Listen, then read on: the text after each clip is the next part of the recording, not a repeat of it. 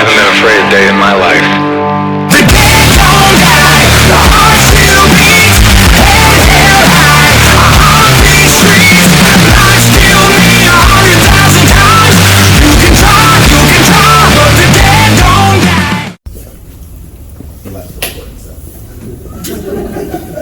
Posterity. Plus, it's going on YouTube.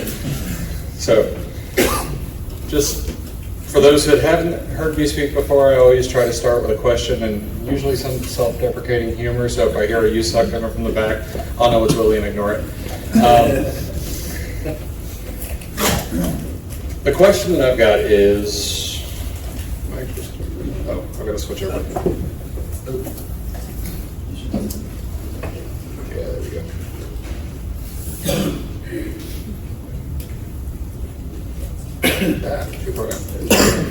So while we're waiting on that, who is not going to the Southeastern Cybersecurity Conference this year? So everybody else plans to go? Stay safe.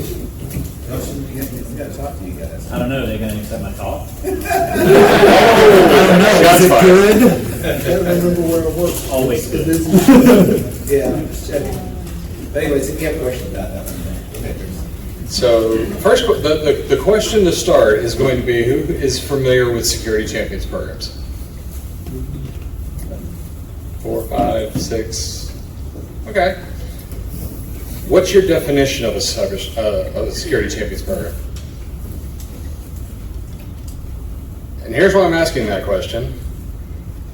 There's 4 different, from Sneak, Security Champion, Dark Reading, Security Compass. Only one of them mentions something other than just dev teams. Usually it's, when you see a Security Champions program, it's your DevOps team, that's it. Why? Everything runs on a network, everything runs on a system. Why is it just devs that you have Security Champions for? Because they suck at security. Yeah.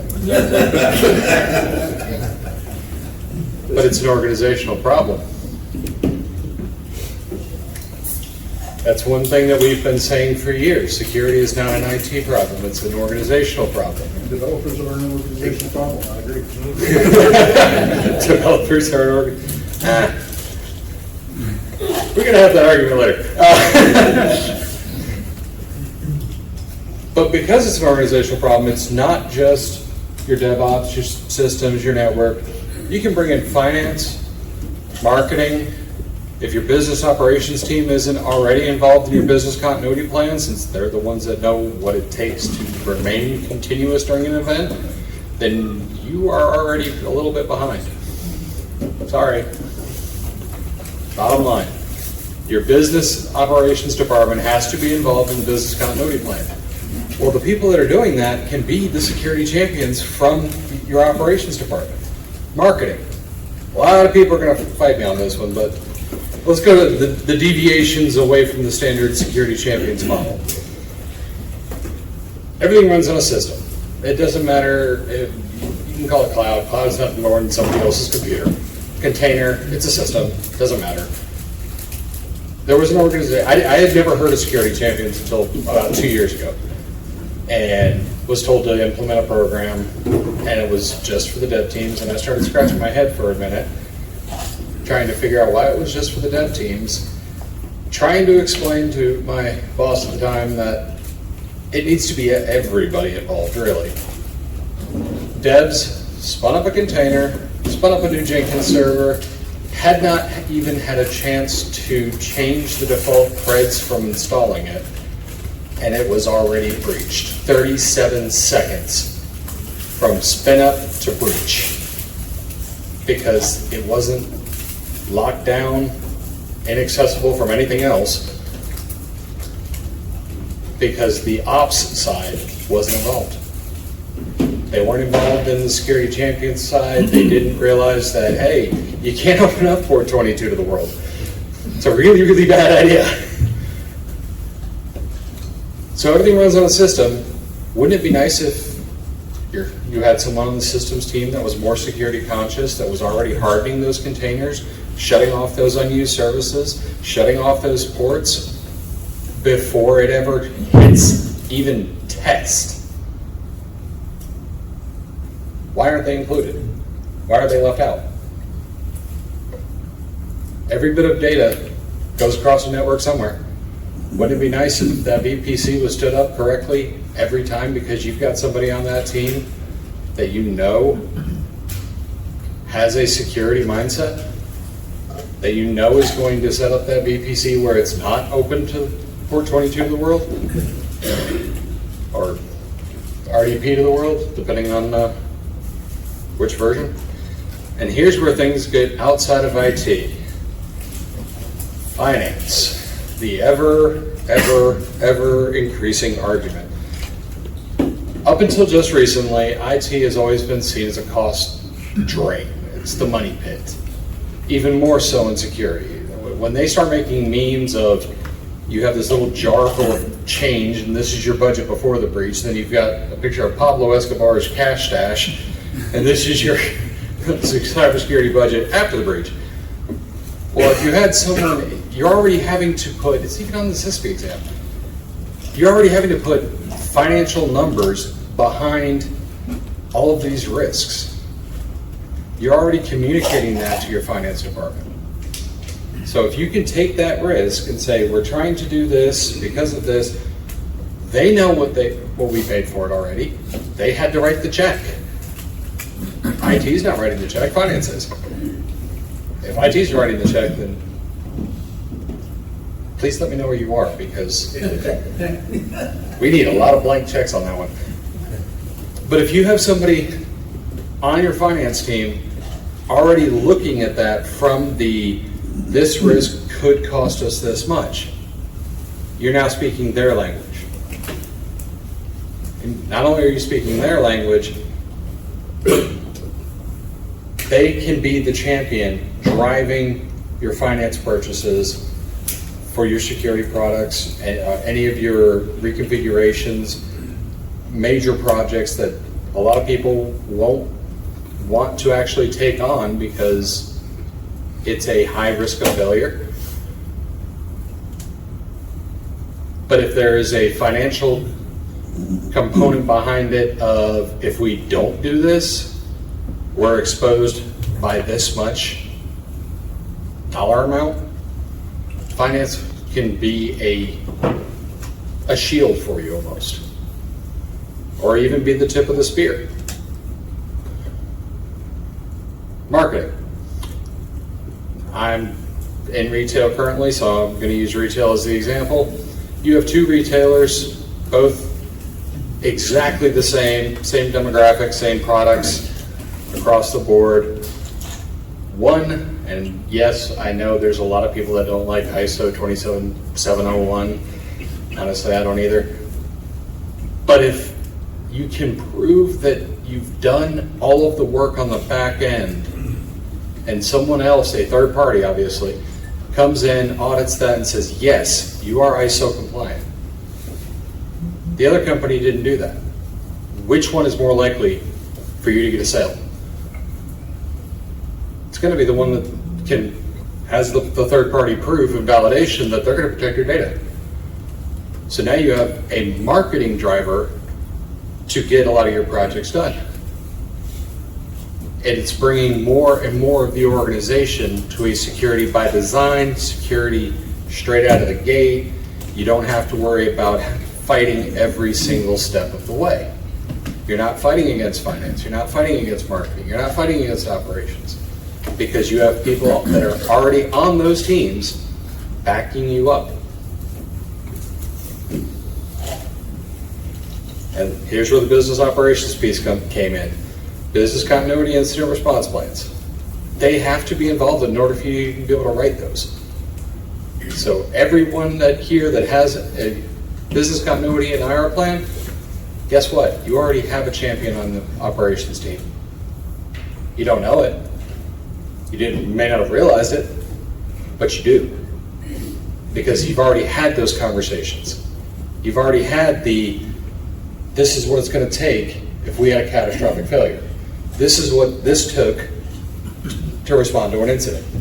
You already have those people in place backing you up with the same security mindset that you do, because you've had to have those conversations in order for any of these plans to show up. So how do we decide who the champions are? Obviously, performance has got to be an indication. You can be the most security-minded person in the world, but if you don't get anything done, why are we going to give you more work? Doesn't make sense. So performance has got to be in there. It's got to be management has of that person. They'll be the one that can tell you that this person is meeting their KPIs for what their job is supposed to be. This person is more security oriented, more security focused, security minded, however you want to describe that. They'll already know all of that information. Peers.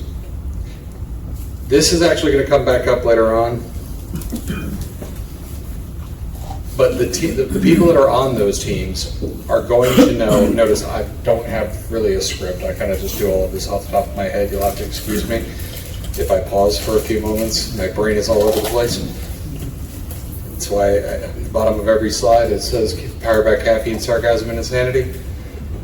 Brain is like, here, it's like the genie from Aladdin. Here, everywhere, all at once. The peers on that team are going to be able to tell you who the most security-oriented people are as well. Especially on smaller teams, but even in some large teams, you will have someone that just gets it. They may not have that responsibility right now, but they get it. They understand. Bringing them on as a security champion, they're still part of that other department, that subset, but they are the ones that are most security minded and most security focused. Go ahead. Which brings up the question to me, what things about someone do you think make them security minded? Right, because I used to work for someone that was scared of everything. Yep. I wouldn't say it was necessarily security minded. There's a difference between security minded and be. paranoia, but yeah. And so, I mean, when you're dealing with just a general, person in the business operations or whatever, what things do you look for that would make them security minded? Using business operations as the example, and just for the recording, in case anybody didn't hear it, he was asking, what do we look for people to be considered security minded? And yes, there is a huge difference between security minded and paranoid. Flip side of that is you're not paranoid if they're actually out to get you. And if you look at threat intelligence, I can tell you 4 countries right now that are out to get us. I did not do that. To answer the question though, what do we look for? It really depends on the department, but using business operations, it would be the people that bring up the little details in your business continuity plan, the little details in your incident response plan, the things that the rest of the department missed. Because those are the ones that are thinking, yeah, but what about this little piece over here? Details matter. There's someone over in, I can't turn the camera or I would. There's someone over doing this. Yes, details matter. That goes even farther when you start talking about DFIR. In any kind of an investigation, every single detail matters. The people in the different teams that pick up on those details are more likely to be security minded and security conscious. You can also use other metrics that most people wouldn't see. You may have someone that has all the touch points of being a security champion. They found all those little details, but yet they click every single link that comes into their inbox. No one in that department's going to see it, but we will. Exactly, the wrong kind of curious. There is such a thing as the wrong kind of curious. Get written permission. And even then, double and triple check, #Iowa. I don't know if y'all heard about this was several years ago. There was a county courthouse, 2 trying to remember, the state had hired an outside pen test firm to come in and do physical pen tests on every machine that could touch the state court network. So these two, with the state's written permission, broke into a county courthouse and got into the data center, which was what they were contracted to do. Where the problem came in, the county was not aware, and it was a county building. Yes, I just heard someone gasp. County building, yes, they may connect, but you gotta let them know. Double and triple check. Again, details matter. I don't know if anybody's seen the second season of Breacher. Great series. Details matter. And assumptions can kill. So, if we decided, yes, we're gonna start building out security champions programs. Fair warning, I copied most of this slide because it said it way better than I can. The slides will be made available on when I upload the video on YouTube, and I plan on sharing it out on my LinkedIn. If you want to connect with me, Chris or Jerry. I think there's only two of us on LinkedIn. It's not a very common name. One of the biggest draws, as far as, if you build it, will they come? If we bring the issue, we get ignored a lot of times. We'll bring the issue to someone and all they hear is security. Wah, wah, wah, wah, wah, wah, wah, wah, wah, wah. If you have someone on your systems team bringing up the exact same issue, that's already a respected member of that team. They already have the rapport between their team, their management, everyone else. If they are pushing it, granted we may have asked them to, but if they're pushing it, it will actually carry more weight. I know that sounds counterintuitive.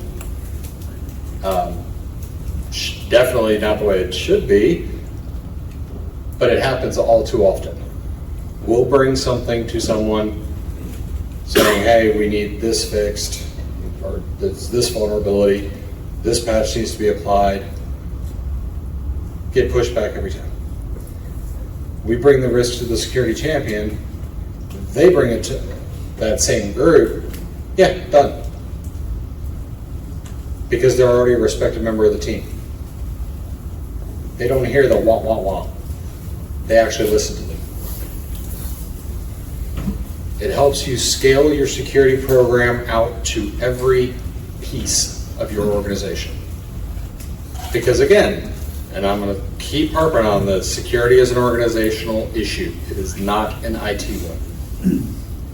Everyone thinks it's an IT one, or almost every organization I've been in. Fortunately, a lot of that mindset is finally changing. IT is now seen as a revenue multiplier. Things are becoming more efficient because of it. And with all the privacy regulations that are flying around, most of which contradict each other, security is getting more and more spotlighted, I guess is the right way to put that. Customer confidence, if you have these third-party audits and you are putting out there that, yes, we have done this, here's the proof that we've had someone come in and check, and yes, we are doing what we're supposed to do. That's going to make your customers feel better. And customers is what it's about, because without customers, you don't have revenue. Without revenue, none of us have jobs, and I would go completely insane. Trust me, I've tried not working before. It did not work out well. And again, creates a security-minded culture because you have more and more people that are taking security into account but when they make the decisions. I completely copied this because, again, I could not say it better. Prior respect, that goes back to the trusted, known, this person's already a known voice. They are the person for that team. Everybody on the team knows them. Everybody on the team's worked with them. their word's going to carry more weight than ours. They'll listen to their own team more than they will us. And that's been everywhere that I've been in the last 30 years. Not an exaggeration on timeline either. I started young. And it also adds a lot of efficiency in there too. I didn't include, okay. Because a lot of the security questions, especially on the systems and network side, if you have a security champion on those teams, other team members will bring the security questions to them first. And if that person is security minded enough to answer that question, that's a call that you're not getting. That is time that has just been freed up from what you're doing to keep doing what you're doing, to keep protecting the organization. If not, if they can't answer the question, you only have one person coming to you. So you have that rapport built with that security champion already. The two of you can work through it. Everything runs smoother. That goes back to the efficiency side. Additional benefits, gamified training. This one kind of does go a little bit to devs, but also goes to a lot of security. One of the best platforms that I've seen so far for penetration testing is HackTheBox. It's a game. It is 100% a game, and it is fun. And those that have known me for a while, if you're not having fun doing what you're doing something wrong. And I look at it that way. Small segue here, partially because I'm burning through these slides a lot faster than I thought I was.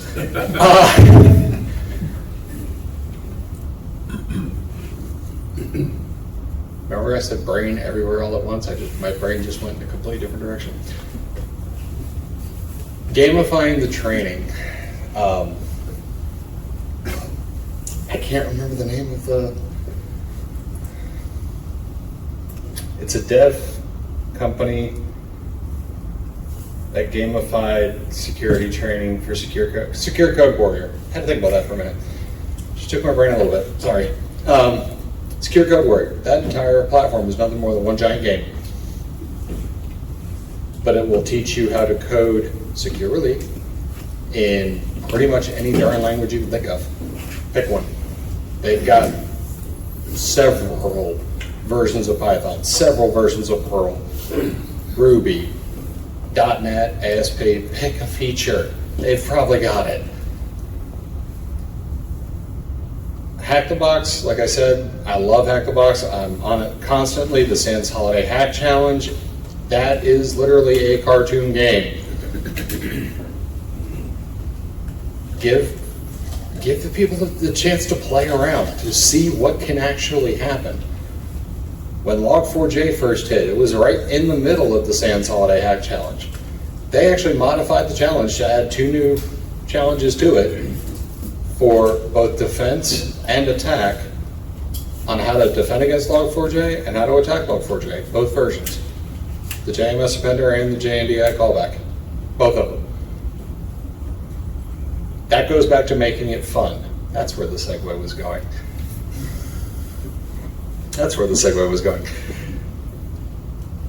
I've always told people to find what they love doing and stick with it. Chase it. That's your dream, that's your passion, run with it. Because if not, it's just going to be a job. I have seen too many people be miserable at a job because it wasn't what they loved. It wasn't their passion. If you find a passionate employee, and trust me, you'll know it, because they will consistently do whatever it takes to get it done. And those are your greats. Those are your unicorns usually.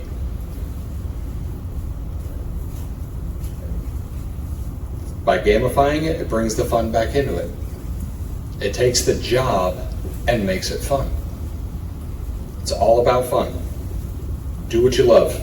Do what makes it fun. Now, again, shares the responsibility across the organization because, thank you! Security is an organizational issue, yes.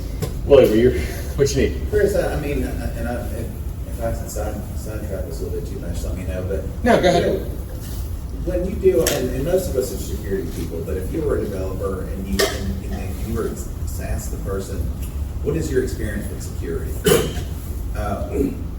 What would you personally think that would be? You know, like from my perspective, in every organization I've worked with, we have some really great security people, but they are the hammers. They don't, there's no friendliness with what they're doing. It's like, you got this wrong, fix it. Go do this and fix it. There's a risk here, fix this. Yep. And so you talk about gamifying, I do think that that's really critical, not necessarily just at the security people level, but in general, because you're not the person, it's like having a knock on the door and it's a policeman. You fear something really, really bad is happening if you open that door because you don't know why they're there. It's the same thing with security. If a security guy walks into one of your meetings, you're like, oh crap, what do we got to fix? And I do think that should play a role in what we do to extend it to the organization. We don't always have to be somebody that is always, I mean, we are, but not always be seen as somebody that's just telling you to go fix your stuff. And you just nailed the crux of the problem right there. Yeah, or even when you do fix something, we never go out and highlight. Did you know that development team, whatever they're called, actually closed and mitigated the risks? And look at this other development teams. You could be one of these people that are actually in a shining example of what you do. We don't do that. We don't do it within security as well. But I think that's a critical piece of it. Agreed. The incentivization. Pardon me. 1 second.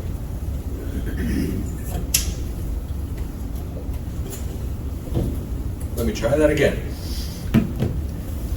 So the question he was asking is, and correct me if I get this wrong, because again, brains all over the place, is when you ask a developer what's their experience with security, what do we think the response is going to be? Because a lot of developers don't have that security experience or can't find where that cross-site scripting is in the code because they're just trying to write it to get it out the door. Where the answer to that question comes from your SaaS, DAST, IAST tools. Which of your devs always has the least amount of vulnerabilities in their code? That's where you can start. Yeah, highlight that person and then work your way out. I mean, Exactly. It's really not as much. There are going to be ways to fix it. We just don't highlight people that actually do good for us. And this is a way to do that. The ones that have the least vulnerabilities in their code, and like I said, you can tell that from the SaaS, all your code scanning tools that are inside of your pipeline. That gives you a place to start. And by making them the security champion for that Scrum team, there's your incentivization. Here's your reward for, and I know this sounds, again, counterintuitive. Here's your reward. It's more work to do.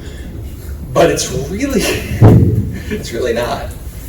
Just keep doing what you're doing and be the point of contact and help the rest of your team be like you. What you got? I was going to say, you may have to think about it a little more realistically though too, because you could have a development team where certain folks are doing more complex work. Yep. They could inherently have more issues. Mm-hmm. Another thing to think of is if you only tout the folks that don't have issues, are they not having issues because they're covering up things, or are they not having issues because they're finding more, or addressing them ahead? So, sometimes it's better to reward not, finding an issue is a good thing, and now not repeating that problem. That goes back to this one. Yeah. Performance. Yeah, you just have to be careful, when you're looking at those things to think about it holistically, because you get what you measure. If you measure specifically error count, then Well, not necessarily error count. Well, I'm just saying, that was just an example. Yeah. Vulnerability count. Yeah. But yeah, I get what you're saying. There's some platforms, some languages even, that just are inherently worse than others. I'm not going to call any particular one out.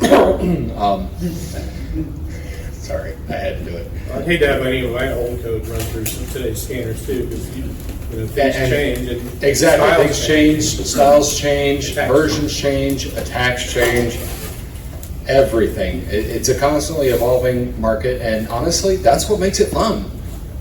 At least for people like me that are, insanity. That constantly evolving, constantly changing environment, there's always new attacks being written and coming out, or I'm finding stuff on bug bounties all the time. Yeah, if you run old code through it, I guarantee you could run my old code through it and it would explode. It would be ridiculous. Yeah, I guess I'm just saying, I like your concept of gamification and try to keep, rather than thinking things are more punitive. Yep. You do have to make sure that you're rewarding and that you're making it more enjoyable. Even, applaud the failures. Let's say, here's the worst mistake. Everybody, let's kind of make fun of it in a roast format or something, but something that's more, not embarrassing to the person, but more gamified or more. Yeah, more of celebratory, I a, guess. this is a fun way of showing what not And to helping do. everybody else not do that. And like you said, you're helping everyone not do that. What you got to do? How do you see DevSecOps and security champions playing together? Where do they fit together and how do they work out with each other? That's where things get really fun. So we've already covered the dev teams. With the systems and network side, we've covered the ops side. The security side, we're kind of the glue that holds those two together. Or at least we're supposed to be. Sometimes it works, sometimes it doesn't.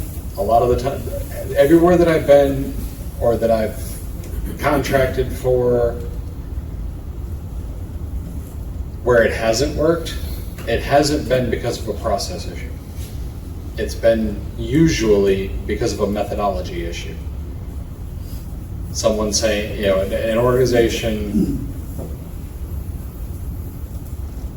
trying to push Agile, but actually being 100% waterfall, and the devs have absolutely no control over dates or story points or anything else in that frame. The product owner is the one that comes down and says, okay, this is what you're doing this sprint, and you have to get it done this sprint. Okay, you just asked me to recreate a Mars lander in 3 weeks. That ain't happening. I have seen that a lot, more than I care to admit, sadly. But the ones that work is where, like I said, the security becomes the glue between the dev and the ops side of that house. You have the security champions on the dev team, you have the security champions on your ops team, standing up those VPCs, those containers. So security champions kind of as a method to execute the DevSecOps Yes. larger implementation? Okay. Yes. So in case anybody did not catch that, Security Champions kind of lays on top of the DevSecOps model as more of an assistant to the flow of DevSecOps, not as a separate entity from it. It's got to be in line with it, because if it's not, then why are you doing it? And to your point, finance, marketing, and operations being brought into that as well. Now you have those product owners that are saying you have to rebuild the Mars lander in 30 weeks. The last time they tried that, they did the calculations in feet and programmed it in meters. So instead of landing, it buried. Bringing the ops, from the ops side of it, they will start understanding exactly what it takes to build this. So they will start giving more realistic dates, more realistic timelines. That positive feedback loop. The positive feedback loop, exactly. Same with finance. okay, we have 5 devs working on this Mars lander, praying that we don't program it in meters this time, but they're still saying it's going to be 6 weeks. But we've got 4 requests in to add more devs to that Scrum team. If we don't make this deadline, we get financially penalized by whatever contract we've already signed. Now you have the finance champion saying, we need to get this approved if we want to make this timeline. So that gets you the resources you need. Like you were saying with the positive feedback loop, it's a organizational feedback loop. And with marketing, one thing with product and marketing that it has been a sore spot for me, don't give a release date until it's in test, please, or at least until you've run through the first test phase, because you will miss your deadline every single time. I have never seen a company say, we're going to release this on this day, before they ever started even developing it. They miss their deadline or they put out something that is so incredibly vulnerable, it gets broken in seconds. Bringing in the finance, the marketing, the ops, they'll start understanding what it actually takes to build this and creates an organizational feedback loop that makes everything, it goes back to the slide with, I think it was, that one. Efficiency. Complete organizational efficiency, because now you're not having to go back and forth between all the different departments trying to put it all together, praying that you can make it work. You don't have to. They're already in it. They already understand it. Initially getting off the ground is obviously some pain points. I'll get to that in just a moment. Some of the things that you'll need. What's up, Aaron? Well, on the efficiency side, this feels like a more of a grassroots, interconnected matrix type approach, right? Yep. How does that fit in with organizations that tend to be very managerial, top down, or whatever, right? It feels like you're in conflict there, right? Or you can be. It can be, yes. And that's actually going to come up in the next to the last slide, which I'm actually going to go ahead and hit now, since we're there. What you need to actually do it. Notice the largest one. If you don't have executive buy-in, like with anything else in any organization, any program, any project, if you don't have executive buy-in, this game's over before it begins. But if you have that executive sponsorship, that goes back to your comment about you have the managerial top-down waterfall approach. How does that play in? Well, you've got your executive sponsorship already saying, hey, we'll go ahead and take a quick step back and try it your way. And when they see that positive feedback loop, that organizational feedback loop, that's when you start seeing continuous improvement. Performance indicators are everything for everything. Said it in 2022, talking about working from home and the whole hybrid remote workforce, post-COVID-19, all that. If you don't have KPIs in place, how can you tell anything? How can you tell who's actually doing what they're supposed to be doing? You have to have those indicators. For a security champion, those indicators are very specific, and it's not something that I could generalize. If you're in the healthcare sector, these would be your champion KPIs. If you're in development, it's specific to every organization on that one, because not every organization follows the same frameworks, follows the same workflows. Everything's different. So I would hesitate to generalize a KPI on that, but you have to have them. And don't be afraid to screw up. Fail fast, fail often. I mean, that's one thing that, and Lee, correct me if I'm wrong, this is something that was one of our CEO's big things is fail fast, fail often. It's one of the things he says all the time. Because those failures help you learn. Not just the team that made the failure, the organization. Because the organization will learn from the failure, not just the team that made the failure. We're all going to screw up, trust me. Just hopefully we can clean it up before anybody else finds out. It doesn't always happen that way, but sometimes, give it a shot. People skills. That's kind of more of a sort of thing. As you're building the Security Champions program out, the rapport between the security team and all of the other teams, by its very nature, just by having those conversations back and forth, you're going to gain those people skills. Those relationships are going to improve. It's how human nature works. I do not consider myself a people person. Shocking, I know. Not a word. But yet I'm up here talking about having, to pull this off, you need to have some people skills. Well, we do. We can't just go in tech talk the whole time. We have to break it into, to get the executive sponsorship, if we go in with tech talk, we're dead. Dead in the water. Non-starter. You go in speaking the language already, different story. So that's where the people skills on why you need people skills to get this off the ground. Volunteers. The reason I put volunteers up there goes actually back to the same COVID-19 talk that I was talking about from 2022. You force someone to do something, they're going to buck it. They're going to push back against that system as hard as they possibly can. No one likes to be forced to do anything. Let them volunteer. Ask them, is this something you would be willing to do? And again, this also goes back to the people skills part. Know that you can go to that person and say, hey,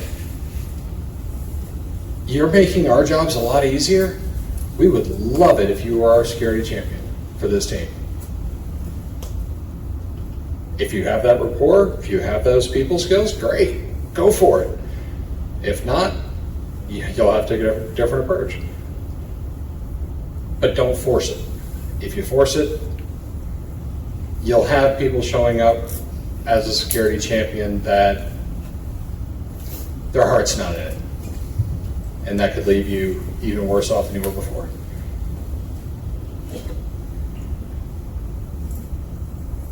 Yeah. I was right, it's about 41 minutes. I said about 45, I was close. Chris, do you want to take questions? Oh, absolutely. Which guy?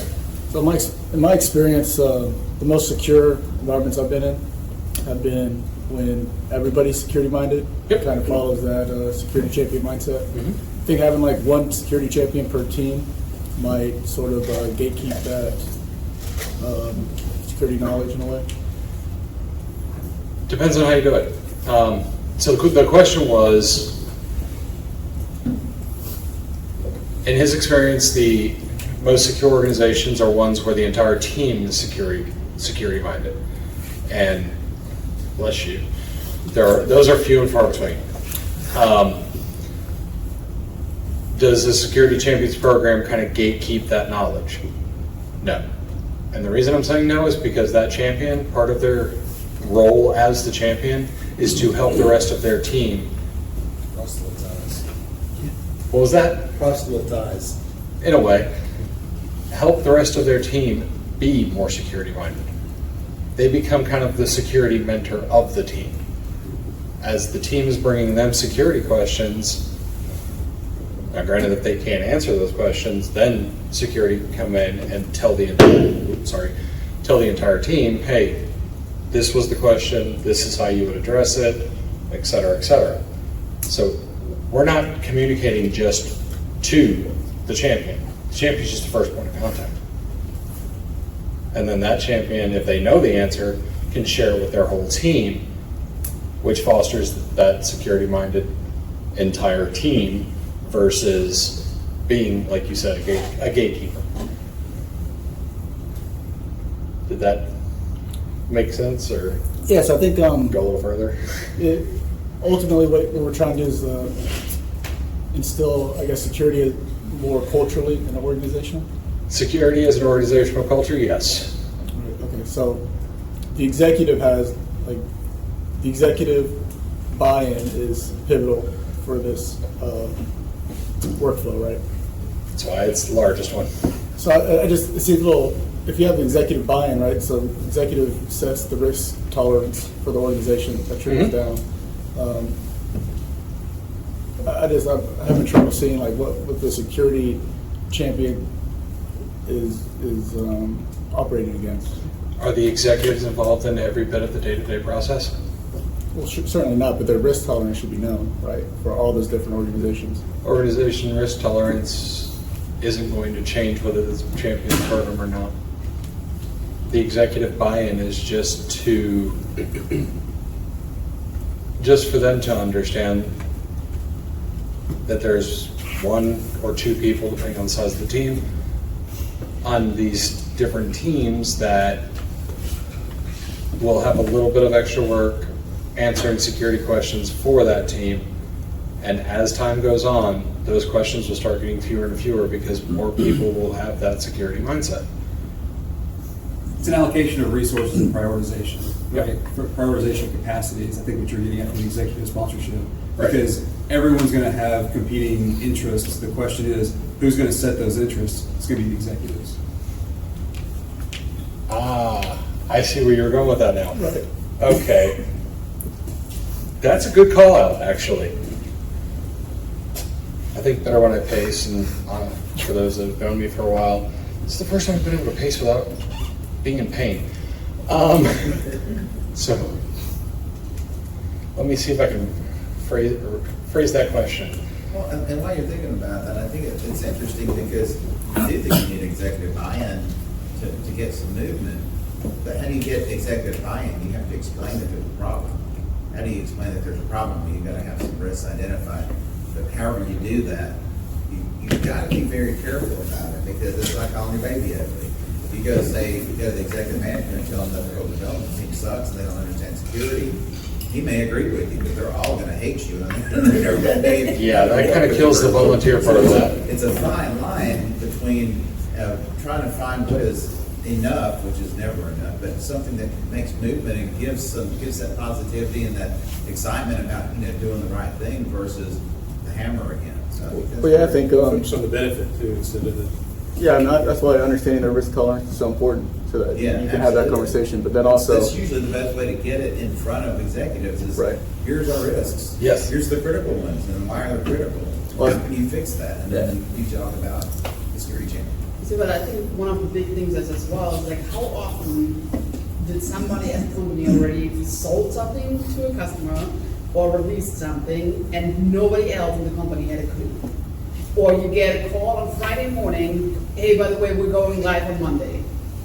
We just realized we might have a problem. Do we have to look into that? And you're sitting there and like, okay, it's like my toenails just rolled up and down 4 times, my hair is standing like this, and no, sure, let's kind of do this, because it's like, what's the worst thing you can happen? Take the entire company off.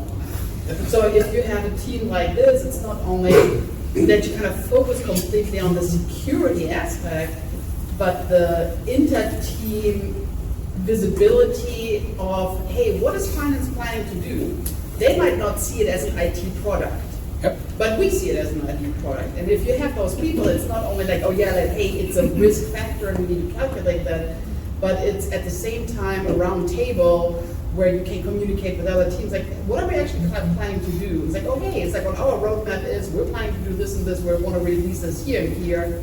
And then you suddenly have the communication that other people say like, oh yeah, but that's counterproductive on what we're just trying to do. You just nailed the entire purpose of the Security Champions program. Yeah, because Improving the HR communication between all the different teams. is one of your worst in that respect because they look at, oh, this is an HR process, an HR product, and they'll bring in the buggiest, most open software, but that's the one that reaches out to the, hey, my HR isn't sitting in here, and I'm talking about 30 years of experience with them. Right there with you. So, I mean, like you said, they don't see it, they see that as an HR issue, and they go, oh, but this is how we get the data in. Yep. Yeah, but here's all the data you're exfiltrating. And So, using the HR example, if that communication is there, you can actually take the HR software they're wanting to bring in, and you can build IT process around it to build, in our case, automated provisioning and deprovisioning, moving. Soon as that job code changes, all of their access changes, and we don't have to touch anything. Done. Yeah, but at this point, if HR changes the job codes without telling. That's where things get fun. Still haven't figured out how to create a dynamic group automatically when a new job code's created from a certain HR software that I won't mention. I like that. I actually like the software, but if I can figure that one out, oh. Well, the other thing about the If security you figure champions, that out, I want you to tell me. security champions do also have to be communicative with their team. Yes. They can't be. That's they the just whole want- point. You can't just want the appointment, just put it on the resume. Exactly. They That's the need- whole they point need to have of some being influence. their security champion, is they are the one that shares the information with the rest of their team. But they need that influence as well. But Yes. Yes, they definitely would need the influence. just And that's where desire to be on the, the team isn't necessarily. exactly, and that goes back to what I was, to Willie's point, you know, and I think yours too. Can't just go by number of vulnerabilities or, you know, what their security experience is. You have to have those measurements in place. I believe that was, goes back to the performance slide again. Sorry, ponytail getting in the way. Sorry, I look like Forrest Gump's running double right now. Trying to go full Gandalf. My wife's not happy with it. But yes, you have to have those measurements in place. You have to be able to have that person, that's where the people skills come in as well from that slide. Not just the one running the Security Champions program, but also the champions themselves have to have some people skills, because they're going to be the ones that are going to be disseminating that information to the rest of their team. Without that, yeah, you've got somebody who's a point of contact, but you run into the gatekeeping issue that he was just describing, which is what we're trying to get away from. The entire purpose of a Security Champions program is to improve, it's to break down the silos that have been there for 30 years. Just come right out and say it. Break down the silos, that's what it's there for. Because a lot of times, the business will want to do something and start moving down a path of doing what they want to do and not bring the IT in at all until it's, oh, yeah, we've decided this is what we're going with. This goes back to... We've already signed the contract. Exactly. Make it We've work. already signed the contract, now make it work, and we're like, no. or within other siloed organizations, what you do is you have two competing silos that are trying to maximize their silo, where the maximization for the company is actually a different, it's A not completely different maximum angle. for either one. Yeah. And it's they're a- looking here instead of holistically. This is why I like doing more interactive discussion. I've rewritten that conceptual security model now a dozen times, and most of it has been based off of feedback that I've gotten from different talks about it. So that's why I'm loving the feedback, loving the discussion. Most of my talks are not designed to, I don't want to say not designed to educate, not designed to just be me up here rambling for going on 54 minutes, but it's like hooking up a jumper cable to everybody's brain, get them just thinking about how they could do what I'm describing in their organization. Because no two security champions programs are going to look the same, just like no two organizations look the same. Everyone's got different processes.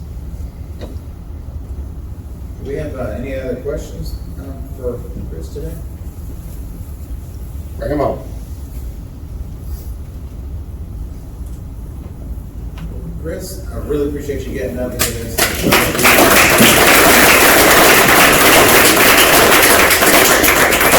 Everybody, thanks again for coming today. Next month, what's that? But anyways, thanks for coming. You know, our next meeting is on the slide that's on there. I think it's March 7th, is that right? Yep. It's March 7th. We'll be here at the Hoover Met around data security, securing your data and security. Can we get better signs of where That'd be great. It'd be nice to put I see why. There's a giant sign, it's, because the sun's on it, it says ISSA, the sign, and then they have blue banquet halls. This is the banquet hall, so you just follow the banquet hall signs. Everybody here knows that. There's somebody out there. Yeah. everybody who was here on time knew that? And if you